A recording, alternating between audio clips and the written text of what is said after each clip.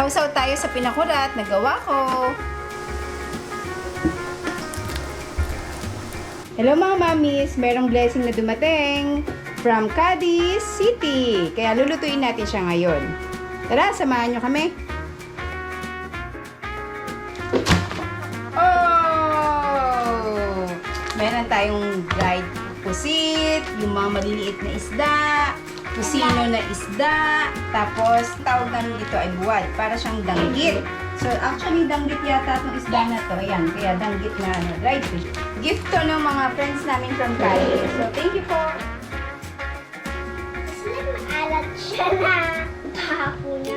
Wow, pero di kita tingin sa yung... Ito ang aming ulamin ngayon at saka yung pusit. Ayan, fish to sino. Nakatikim na ako before nito, pero yung style nung natikman ko, para siyang mga tinik lang.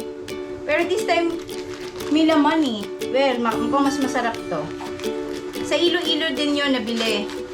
Yung natikman ko dati. Amoy ano siya, dilis. Alam niyo ba yung dilis na pula? Na snack? Yun, ayun yung amoy niya. Tapos, ito yung pusit. Medyo malalaki yung pusit niya. Malalaki yung pusit in fairness. O, diba? Mga pusit. Kailangan ito. Ay, sarap.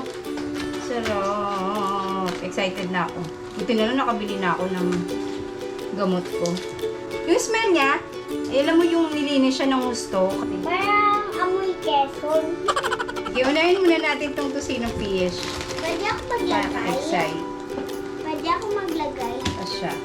Kakadikit pala siya. Nanay, pwede ba ako maglagay? Oo, wait lang anak. Aray? May sharp pa pala siya. Ayan. Magkakapatong kasi siya. So, para maluto ng maigi, kailangan natin siyang pag-iwalay-walay. Lagay natin. Lagay natin. Ganyan. Parang siguro kumain ito ng ano, tusino na pork.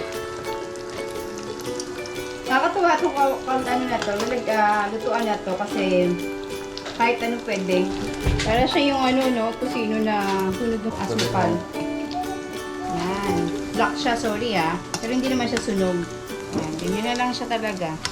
Nanay, busy mo dyan kasi kung puno na yung chan ko Pusit. Tignan natin kung tatansik. Sana hindi. Nanay, kung pupuno na po ang chan ko. Okay.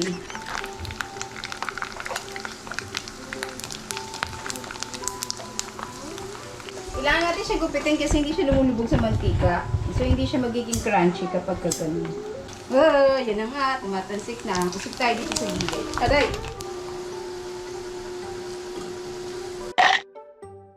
Lasa. Sarap? Sarap. Marati yung parang alat na. Ang sarap. Pag-gilis ko. Lalo pag-gilis. Ladoon. Ladasloon. Yan na siya. Hungry na ako Okay. Ito yung ating ulam ngayon. Tapos, papartneran natin siya ng gulay, ng Baguio beans. Gagawa lang ako ng mabilisang ulam o mabilisang gulay. So, ito yung isa sa mga favorite namin. Tapos, meron ako kasing natirang giniling. So, lalagyan ko na rin siya ng giniling. Diba? Talsi.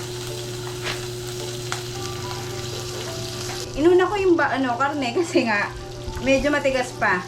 Pag nagluto ka ng butter, hindi po pwedeng butter lang siya kasi mabilis siyang masunog. Kaya kailangan lagyan mo pa rin siya ng mantika. So kaya inuna ko muna yung giniling.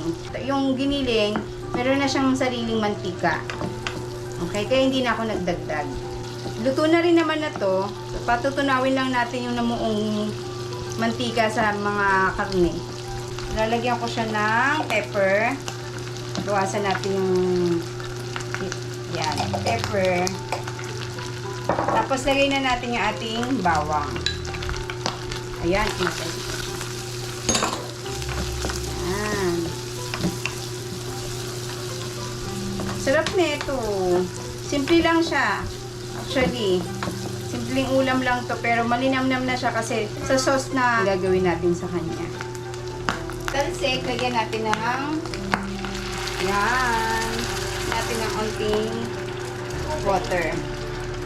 Tapos, tiklan na rin natin siya ng ating oyster. Lagi namin yung so funny! Diba? Yan pala ang ulam na eh. Kaya sigurado kapag niluto nyo to sa anak nyo, masasarapan din sila. Lagyan ko siya ng asukal. Yan. Talsik kita. Walang talsik to, anak. Halo. Sabi kasi, Taste natin kung may lasa siya. Ah, Dali, lagyan mo yung gulay. talsik siya. Hindi, lagyan mo yung gulay. Di ba sir?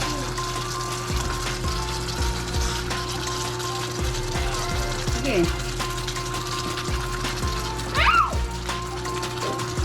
Oh. Mix mo. Kailangan ma-coat ng Yes. sauce. Yes, kaya sweet ba siya? I like cooking because I want to eat I like to healthy eat food.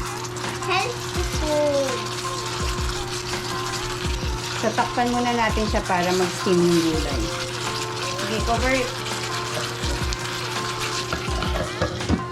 Yes! Think okay na siya. Yan. Natin. Crunchy na yan. Taste ko muna. Ay, sarap. Crunchy. Taste ko and crunchy. Uy, uy. Para sa sauce na siya. Sarap. Tandaan nyo lang, yung timpla na gusto ninyo. Kung gusto niyo yung ganitong lasa, oyster sauce lang naman magpapalasa, magpapalinamnam. Actually, ilang beses ko na ginagawa din itong na walang meat. Talagang pag nagluluto ako nito, oyster lang, bawang, butter, yun lang. Tapos titimplahan mo na. Ngayon na ako naglagay ng giniling kasi nga may natira akong giniling.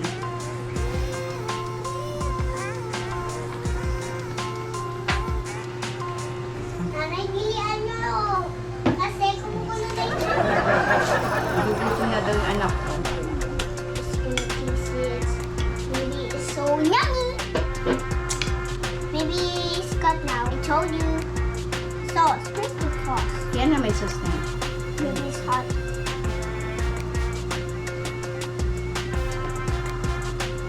The sauce is so good.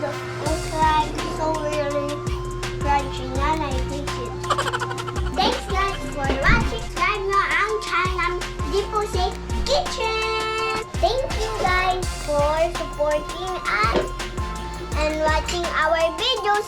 Subscribe to our channel Dipose Kitchen.